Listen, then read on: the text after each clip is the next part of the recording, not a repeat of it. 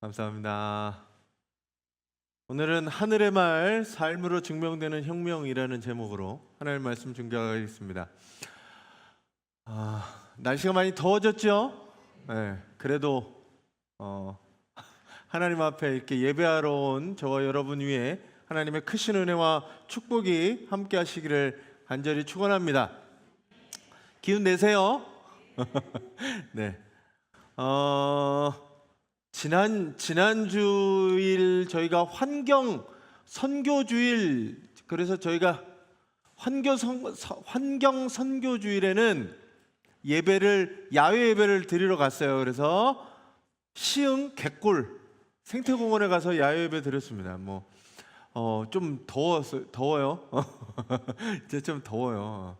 그래서 1년에 한 번 자연을 돌아보고 우리가 자연을 생각해보고 하나님이 아름답게 만드신 자연, 그 자연에서 하나님을 예배하는 게 창조주 하나님을 믿는 사람으로서 우리가 행동해야 되는 것이기 때문에 우리가 야외배를 드렸습니다. 그리고 우리 교회는 제가 처음부터 말씀드렸던 것 같아요. 우리 교회는 에코교회가 됐으면 좋겠다. 녹색교회가 됐으면 좋겠다. 그렇다고 큰 일을 하는 건 아니지만 우리가 할 수 있는 일, 우리 교회가 자연을 위해서 뭐예요? 우리 재활용 용품 열심히 모으고 일회용 되도록이면 아예 안 쓸 수는 없지만 되도록이면 안 쓰려고 하고 교회 위에 태양광 해가지고 조금은 에너지도 절약하려고 하고 여러 가지 일들을 하고 있습니다. 저는 교회가 앞으로 이 지구 환경 문제에 대해서 조금 더 앞장서고 해야 돼요. 캠페인도 해야 되고 우리 먼저 실시해야 되고 이런 것들을 하도록 우리가 해야 됩니다. 왜냐하면 우리는 세상을 만드신 하나님을 믿으니까요. 세상을 만들어 놓고 하나님이 처음 하신 말씀은 보시기에 좋았다라는 거예요. 그런데 쓰레기들 이렇게 모여 있고 더러워진 데 보면 내가 봐도 냄새 나고 더럽고 그거 보면 나도 보기에 안 좋잖아요. 보기에 안 좋은 사람들이 어떻게 해야 되냐면 치워야 돼요. 바꿔야 돼요. 그게 누구냐? 여러분들이 되셔야 돼요. 빛과 소금의 역할을 감당하는 게 사실 이런 게 아닌가 생각해 보게 됩니다. 기독교의 축일이라고 얘기하는 세 가지가 있어요. 기독교에서 가장 큰 축하의 날, 축복의 날, 첫 번째는 그죠? 항상 맨날 얘기하는 부활절이에요. 부활절. 기독교는 어디에 있냐면 부활절 위에 서 있습니다. 아셨죠? 우리는 부활절 위에 이 기독교가 서 있습니다. 부활이 없으면 사실은 이 기독교 전체가 흔들려요. 부활 바탕 위에 우리는 기독교는 서 있습니다. 그래서 매 주일 예배가 뭐냐면 부활의 축제예요. 안식 후 첫날 제8일 이게 다 부활절이에요. 그래서 부활절을 기념하며 축하하는 작은 부활절이 주일입니다. 그리고 세상 사람들도 다 아는 축복받는 날이 성탄절. 성탄절은 예수를 믿지 않아도 지들도 좋아해요. 지들끼리 선물을 주고받아. 예수님 생일날. 예? 참 웃기잖아요. 성탄절이 있습니다. 그리고 또 하나 여기 써있는 성령강림절이에요. 성령강림절이 기독교에서는 굉장히 축일이라고 이야기할 수 있습니다. 왜냐하면 성령께서 강림하심으로 말미암아 교회가 생겨지고 그 다음부터 이 기독교라는 것들이 발전됐기 때문이에요. 자, 예수님께서 세상에 오셔서 사람들에게 얘기하시면서 승천하시면서 사람들에게 뭐라고 얘기했냐면 내가 보혜사 성령을 너에게 주겠다. 제자들은 공포에 휩싸여 있었어요. 부활하신 주님을 만났다고 그들이 그날부터 막 확 바뀐 게 아니라 승천하시는 그날까지 제자들은 두려움에 있었어요. 왜냐하면 이제 또 예수님이 안 계시니까. 그래서 예수님 뭐라고 하냐면 나는 가지만 보혜사 성령님을 너에게 보내주겠다라고 이야기하셨습니다. 그래서 예수님 부활하시고 50일 되는 이 오순이라고 하는 오순절이 지난 다음에 성령 강림절을 맞이하게 됩니다. 비로소 제자들이 예수님의 제자로서 사명을 감당한 게 언제냐면 성령을 받고 난 이후에 이 제자들이 바뀌게 되는 거예요. 두려움에 떨던 이 베드로가 부활하신 주님을 만나고 했던 베드로가 아직 덜 변했는데 오순절 성령 강림을 통해서 베드로가 삶이 변해지게 됩니다. 제자들이 바꿔지게 돼요. 그래서 성령을 통해서 예수님께서는 힘과 능력을 주시고 사명을 감당하게 하셔요.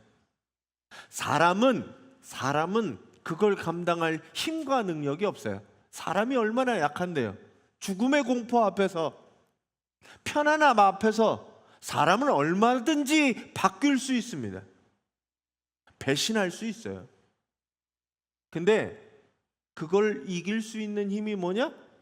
성령의 능력을 힘입을 때 사람의 힘을 초월한 힘이 생겨지게 됩니다. 그래서 사도행전 1장 8절에 뭐라고 되어 있냐면 같이 한번 읽어주세요.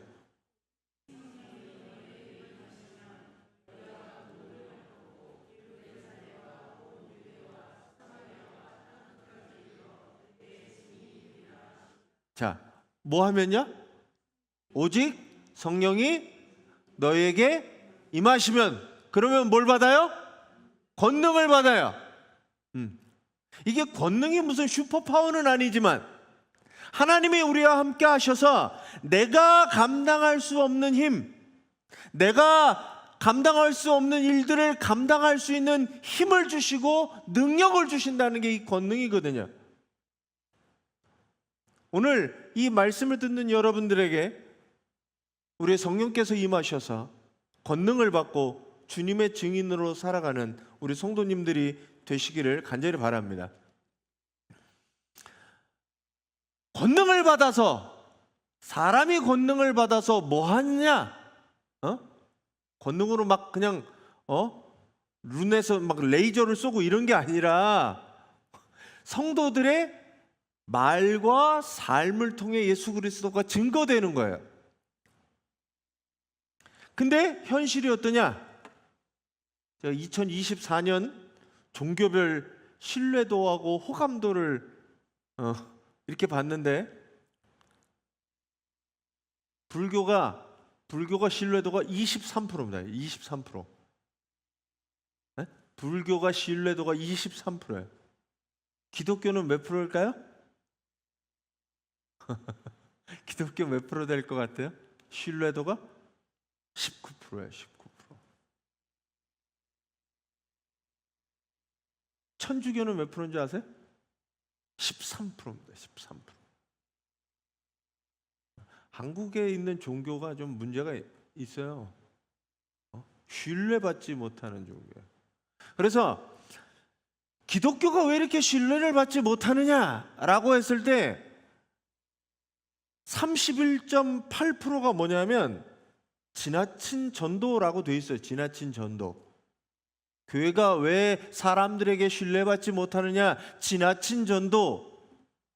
그러니까 이 지나친 전도는 뭐라고 얘기하냐면 여기 보면 정복주의적, 개종주의적 접근 방식 이렇게 표현합니다. 이걸 다른 말로 얘기하면 뭐냐면 전도가 폭력적인 거예요. 기독교의 전도라고 하는 이 방식이 가히 폭력적인 거예요.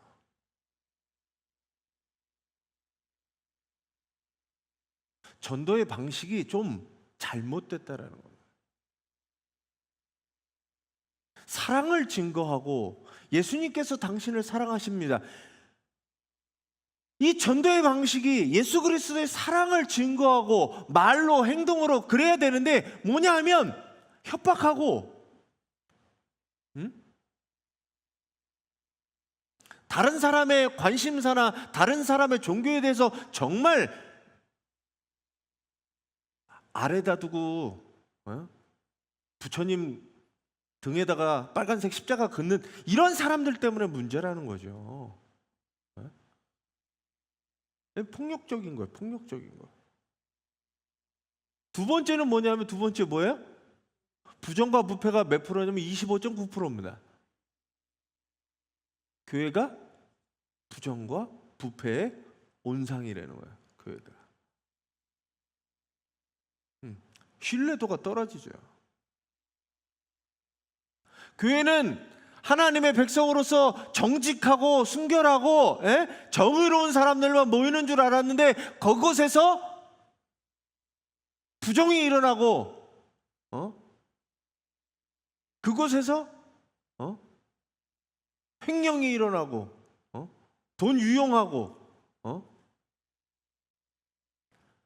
재정의 투명성이 보장되지 않기 때문에 교회가 신뢰도가 잃는 거예요. 세 번째는 뭐예요?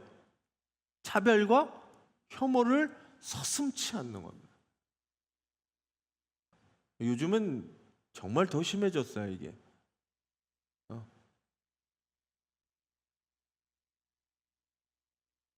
차별과 혐오의 말들을, 언어를 정말 쏟아내고 있습니다. 기독교도. 사회는 그럴 수 있어요. 근데 기독교가 앞장서서 그걸 쏟아내고 있어요. 쏟아내고. 그러니 신뢰도도 잃고 저 종교의 정체성을 흔들리는 거예요. 과거의 한국은 하면 된다. 전쟁의 폐허 속에서 아무것도 남지 않았던 이 나라가 하면 된다라고 시대정신과 함께 달려왔던 이 한국 교회의 성장기는 그냥 합시다, 하면 된다, 긍정적인 말로 성장하고 발전하는데 일조를 했습니다. 교회와 함께 나라도 발전했고 그 당시에는 어려운 거 허리띠 졸라매면 우리가 이제 곧 잘 살게 될 겁니다. 다 여기에 희망이 부풀어 있었고 교회 가서 기도하고 그렇고 축복받아서 그렇게 된 사람들 많았어요. 그런 시절이 있었습니다. 근데 지금은 그 시대가 그런 시대가 아닌 거예요. 교회가 말 축복받아야 되고 이런 것들이 어느새부터 너무 강조된 나머지 축복받지 못한 사람들, 소외당한 사람들, 그런 사람들을 비난하고 차별하고 혐오를 내뱉는, 약자들을 돌보지 않고 약자들을 배제해버리는 그런 교회가 되어버렸다는 거죠. 그런 교회에 대해서 세상이 이제 뭐라 그러냐면, 세상이 너네 좀 정화해라. 말만 하지 말고 책임을 좀 져라. 말은 가벼워졌고 말은 많아졌는데 말과 삶의 간격이 너무 넓어졌다고. 너네부터 깨끗하고 정의로우라고 세상이 교회를 향해 이야기하는 시대가 됐습니다. 이건 우리가 반성해야 될 부분이고, 오늘 성경은 뭐라고 얘기를 하냐 하면, 성경은 성령이 강림해 주는 사건을 보여주는데, 이 사건을 말의 혁명이라고 이렇게 생각합니다. 성령께서 이 사도행전 2장에 오실 때 모습이 어떻게 보여되었냐면 이렇게 보여요. 같이 한번 읽어주세요.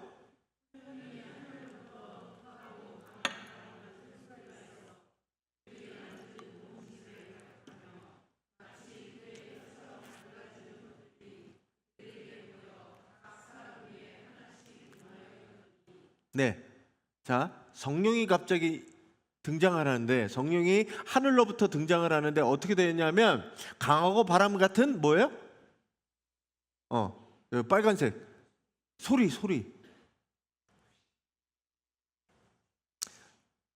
성령이 뭘로 하냐면 이 귀로 들리는 거예요.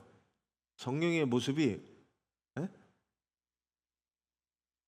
여기 급하고 강한 바람 같은 소리잖아요. 그러니까 이거 소리예요, 소리.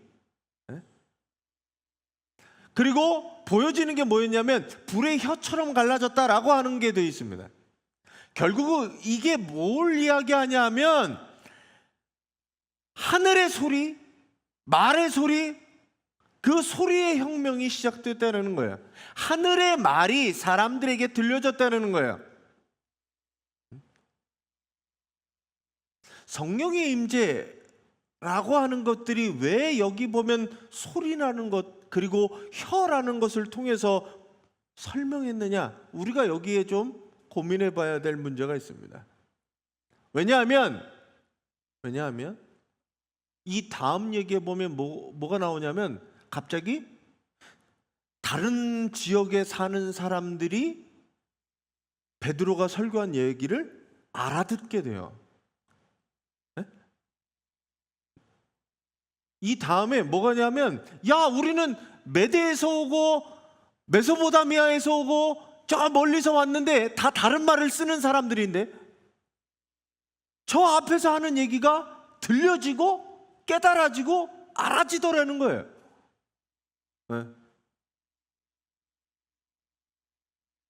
하늘의 말을 통해서 하늘의 말이 들려질 때 내가 알아듣게 된다라는 겁니다.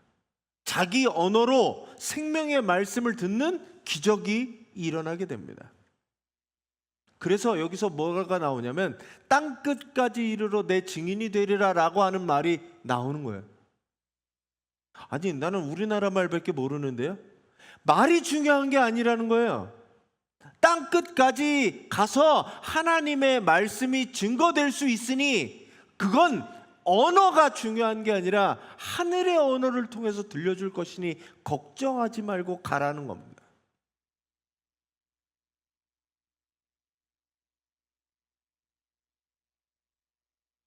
그래서 우리가 오늘 고민해 봐야 될 문제는 이거예요. 하늘의 말이 삶을 바꾸어낸다는 거예요. 성령의 임재를 했던 이 제자들, 그들이 뭐가 바뀌었느냐? 말이 바뀐 거예요. 그들의 삶을 바꾼 거는 말이 바뀌어진 거예요. 자, 말이 바뀌어지는 거는 어떻게 내가 바뀌어질 때, 내 생각과 삶과 존재가 바뀌어질 때 뭐가 바뀌어지냐면 말이 바뀌어지는 걸로 보여지는 거예요. 말이 바뀌어지고 행동이 바뀌어지는 겁니다. 여기 예수님의 수제자 베드로가 나와요. 베드로가 이전까지 어떤 사람이었냐면 여러분도 잘 아시지만 예수님이 돌아가실 때 어떻게 했어요? 여기 닭 있잖아요. 닭. 여기 닭이 왜 있는지 아시죠? 닭이 왜 있는지 아세요? 여기 밑에? 카페 들어가는데 베드로 닭이에요. 베드로 닭. 누가 오면 설명해서 베드로 닭. 경종을 울리는 베드로 닭. 닭이 3번 우니까 베드로가 그때 깨닫거든요. 내가 무슨 짓을 했지? 무슨 말을 했지? 무슨 말을 했어요? 예수님 모른다고 부인하죠. 3번이나. 그걸 가르쳐 준 게 닭입니다. 베드로의 언어가 어땠느냐? 예수님을 부인하는 언어였어요. 두려움의 언어였고 그 언어가 바뀌지 않았어요. 근데 어떻게 되느냐? 이 다음에 13절 뒤로 보면 뭐냐면 베드로가 이제 사람들에게 설교합니다. 자, 뭐라고 되어 있냐면, 자, 2장 14절에는 이렇게 되어 있어요. 제가 읽어드릴게요. 14절은 베드로가 11 사도와 함께 서서 소리를 높여 이르되 유대인들과 예루살렘에 사는 모든 사람들아, 이 일을 너희로 알게 할 것이니 내 말에 귀를 기울이라 라고 얘기를 하면서 21절에 뭐라고 얘기하냐면, 같이 한번 읽어주세요.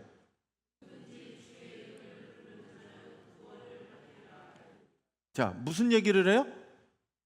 누구든지 주의 이름을 부르는 자는 구원을 받으리라. 자, 지금 생각을 해봅시다. 지금 예수님이 50일 전에 뭐 했어요? 50일 전에 부활했고, 그 며칠 전에 그럼 뭐 했어요? 돌아가셨어요. 뭘로요? 십자가에 정치범으로 죽었어요. 유대인의 왕이라고 하는 죄명을 쓰고 죽었잖아요. 이게 역적과 같은 거잖아요. 역적, 반역죄. 자, 누구든지 주의 이름을 부르면 어떻게 돼요? 구원을 받는 게 아니라 죽을지 몰라요. 죽을 수도 있어요. 잡혀갈 수도 있어요. 베드로가 그걸 몰랐을까요? 예루살렘으로 가면 죽을 수도 있거든요. 근데 그곳에서 지금 원래 다락방에 2층에 조용히 하고 거기서 기도하던 사람들이 갑자기 뛰쳐나와서 무슨 짓을 하냐면 외치는 거예요. 주의 이름을 부르는 자는 구원을 받으리라. 자, 전혀 다른 얘기를 해요. 두려움에 떨던 이 베드로가 성령 충만한 이후에 가갖고 주님의 이름을 불러야 구원을 받는다고 이렇게 이야기하는 겁니다. 그걸 담대히 이야기를 하는 거예요. 베드로의 언어가 전혀 다른 언어로 바뀌었어요. 무엇이 이 베드로를 이렇게 바꿨습니까? 성령의 임재, 하나님의 말이 베드로에게 들어오니까 베드로의 생각이 바뀌어지고 베드로의 입을 통해서 다른 말이 이제 시작되는 거예요. 두려움은 용기로 바꿔졌고 침묵은 증언으로 바뀌어졌습니다. 숨어있던 제자들이 거리로 나가서 하나님의 복음을 담대히 증거하는 사람들이 되었어요. 그들의 말은 지식이 아니라 부활을 증명하는 증인으로서, 말뿐만 아니라 손과 발을 이용해서 그들은 예수 그리스도를 증거하게 됩니다. 성령의 충만함, 교회에서 성령 충만함을 받으십시오. 부흥 강사님들 맨날 얘기하는 거 있잖아요. 불받아, 옛날에는 불받아라 그러면 막 이렇게 막 그랬어요. 불받아서, 성령 받아서 뭐가 바뀌었어요? 뭐가 바뀌셨어요? 다른 게 바뀌어야 되는 게 아니라 내 생각이 바뀌어져야 되고 내 말이 바뀌어져야 돼요. 직장에서 억울한 일을 당한 동료들의 이야기를 들어주는, 그냥 잠자코 들어주는 거죠. 침묵의 시간으로 때로는 그것들은 표현되게 됩니다. 자녀들의 실패에 대해서 괜찮아, 다시 시작하면 돼 라고 용기를 북돋아주는 언어가 시작되는 거죠.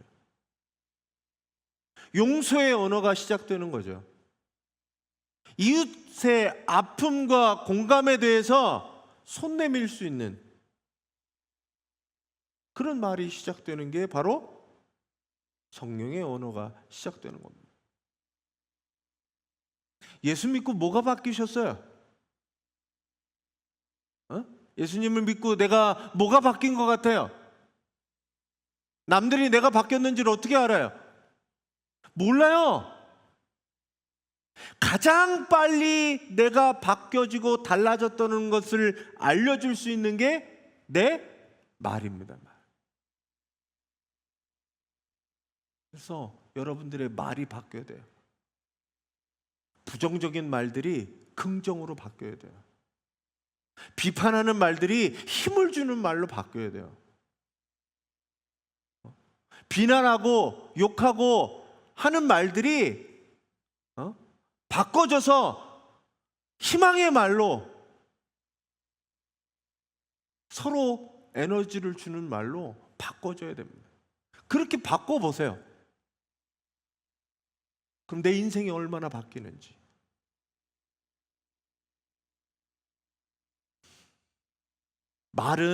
저는 말은 힘이 있다고 믿습니다. 하나님이 세상을 뭘로 창조하셨어요?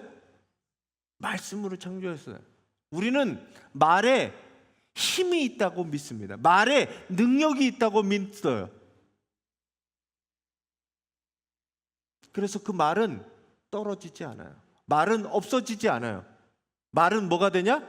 씨가 됩니다. 저는 이 말은 굉장히 무서운 말이지만 중요한 말이라고 믿어요. 제가 애들한테 어디 가서 욕하지 말라고. 누가 너한테 욕하면 내가 안 받아 하면 어떻게 돼요? 그 말이 그 사람한테 가서 씨가 되고 자라고 싹이 나고 열매 맺어서 그 사람한테 갈 거예요. 자, 반대로 축복의 말을 해줘요. 축복의 말을 해줘요. 그 사람이 받으면 그 사람이 축복 받을 거고, 만약에 에이씨 뭐 이런 걸 얘기해 이러면, 축복을 거부하면 그 축복이 어디로 가요? 다시 나한테 와서 싹이 되고 열매 맺고 올 거예요. 떨어지지 않아요. 없어지지 않아요. 그래서 내 말이 무슨 말이 나가는지 돌아봐야 돼요. 우리가 해야 될 말은 무엇인가 돌아보시기 바랍니다. 우리는 어떤 말을 하고 살아가고, 가정과 직장과 SNS, 요즘 온라인 세상에서 무슨 말을 하고 있는지 돌아보셔야 돼요. 익명의 뒤에 숨어서 난도질을 하는 그런 사람들이 있잖아요. 연예인들이, 그 잘나고 멋지고 예쁘고 한 연예인들이 왜 죽어요? 왜 죽어요? 댓글 그거에 상처받아가지고. 자기는 익명이란 거에 숨어서 막 거기다가 써내려가잖아요. 저 그 말이에요, 그거. 근데 그거 때문에 누구는 갈기갈기 찢어져 갖고 죽을 수밖에 없는 거예요. 사람의 말이, 펜이, 글이 사람을 어떻게 죽이고 살리는지 우리는 알고 보게 됩니다. 그래서 무엇을 말할까 고민하기 전에 우리는 하나님의 말을 어떻게 전할까, 이걸 생각해 보셔야 돼요. 세상의 소음 속에서 하늘의 말을 전하기 위한 첫 걸음은 침묵과 들음입니다. 침묵이 필요합니다. 제가 우리 교회 예배에 한 1분 정도 침묵의 시간을 갖잖아요. 삶에서도 침묵의 시간들을 가지는 게 좋아요. 침묵의 시간은 아무것도 안 하는 게, 말 안 하는 게 침묵이 아니라, 침묵의 시간을 통해서 깊은 묵상으로 내려가는 거예요. 하나님과 만나는 시간. 그래서 그 시간을 통해 하나님이 나에게 무엇을 말씀하시는지 듣는 연습들을 하셔야 돼요. 침묵은 그냥 단순히 말을 안 하는 게 침묵이 아닙니다. 그래서 그 고요한 시간에 하나님과 만나게 되는 거예요. 그리고 하나님이 나에게 무슨 말씀을 하시는지 듣는 거예요. 그래야 내가 하나님의 말씀을 듣고 말할 거 아니에요. 그 하나님이 나에게 무슨 말씀을 하시는지 들어야 돼요. 그래서 들은 이후에 하나님의 말씀을 듣고 우리는 하늘의 말을 전달하는 사람들이 되어야 합니다. 세상 사람들은 금방 쉽게 원망하고 불평의 말을 해대요. 그들은 지금까지 그렇게 살아왔고 그렇게 반응해 왔어요. 우리들도 마찬가지예요. 너무 쉽게 그렇게 반응해요. 근데 그 반응들을 내가 어떤 반응을 하는지 나를 좀 보시고 그 반응들을 잠깐 끊으시고 멈추시고 그게 침묵의 시간을 통해 스톱하시고 하나님이 나에게 주시는 말씀을 듣고 말하는 연습을 하시는 성도님들이 되시기 바랍니다. 그게 필요합니다. 저는 지금 한국교회에 뭐가 필요하냐? 이 성령의 충만함이, 성령의 임재가 필요하다고 봐요. 생각 없이 막 무슨 말을 하는지도 모르고 말을 해대니 그게 상처가 되는 말인지 하나님의 말인지 사탄의 말인지 모르는 말들을 여기저기 쏟아내고 있는 거예요. 목사라고 하는 사람들이 말씀을 대언하는 게 아니라 지 하고 싶은 얘기들을 쏟아내잖아요. 하늘의 말이 아니에요.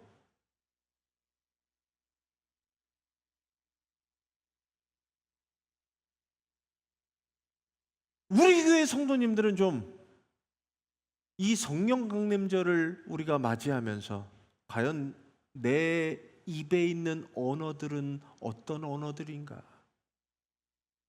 하나님의 주신 말씀을 나는 전하고 있는가? 아니면 나한테 나온 습성에서 나온 과거에서 나온 내 경험에서 나온 그런 말들을 내뱉고 살고 있는가? 돌아보시오.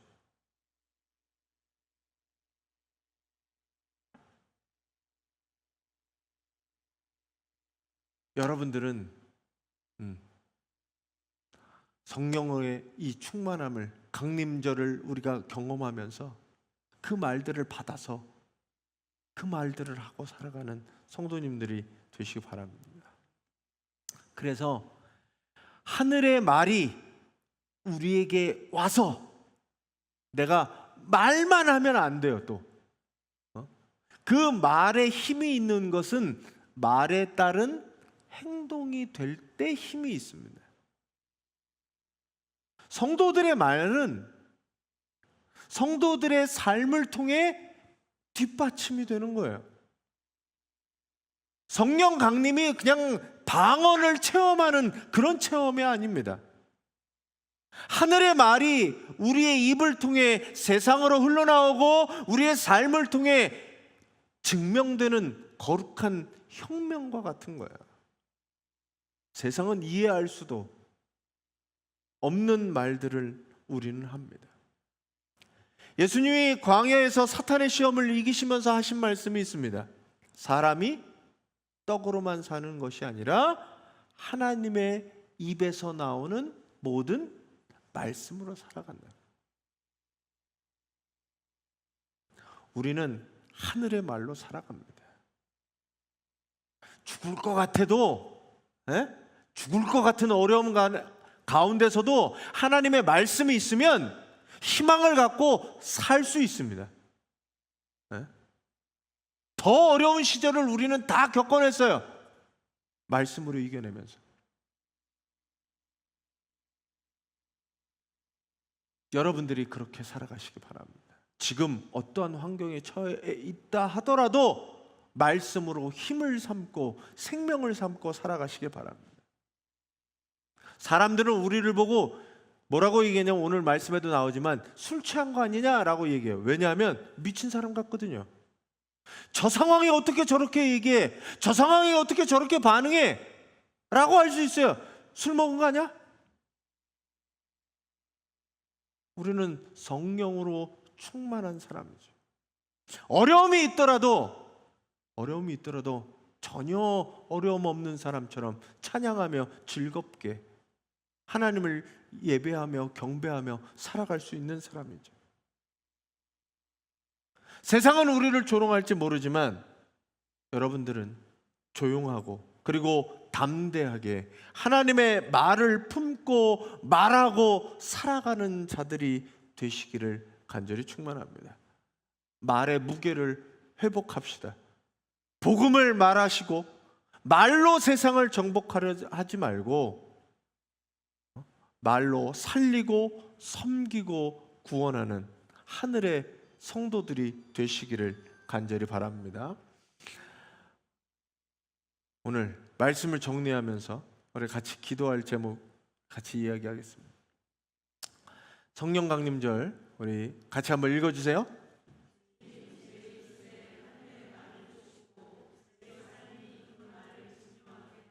네, 성령 강림, 성령이 임하신 날 하늘의 말이 시작되었고 그것이 우리에게 임해서 말과 삶이 하나 되어 세상을 살리는 하나님의 음성이 되기를 간절히 소망합니다.